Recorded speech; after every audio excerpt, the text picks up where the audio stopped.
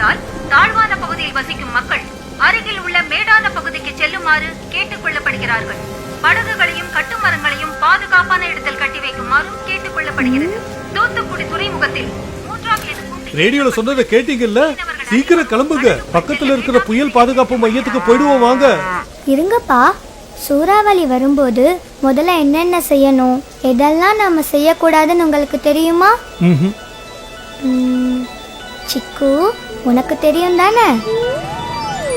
அப்பவா நாம 2 பேரும் செஞ்சு காட்டுவோம். சிக்கு, முதல்ல என்ன செய்யணும்னா ஆதார் கார்டு, ரேஷன் கார்டு, வீட்டு பத்திரம், இது மாதிரி முக்கியமான ஆவணங்களை பாதுகாப்பான இடத்துல வைக்கணும். பீரோல வச்சிடுறேன். அதெல்லாம் குடிச்சிக்கு. பேட்டரி, டார்ச் லைட், ரேடியோ இது எல்லாத்தையும் அவசியம் நம்ம கூட எடுத்துக்கணும்.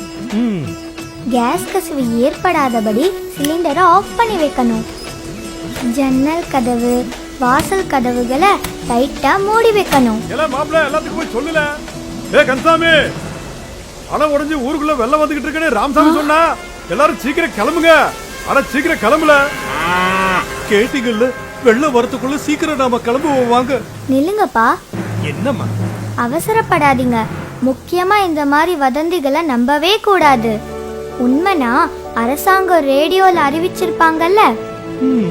தேவையான உணவு பொருட்கள், மருந்து, மாத்திரை, குடிநீர் இது எல்லாத்தையும் எடுத்துக்கணும்.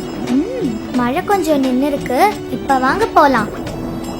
வெளியே போறதுக்கு முன்னாடி மறந்துடாம மின் இணைப்பை துண்டிக்கணும்.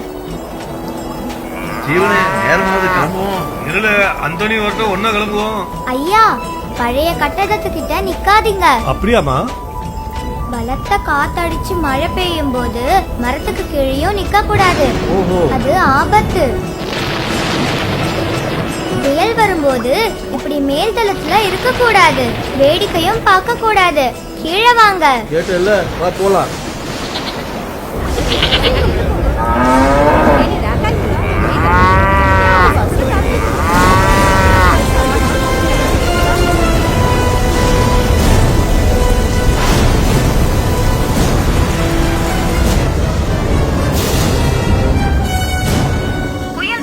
கரையை கடந்து விட்டது.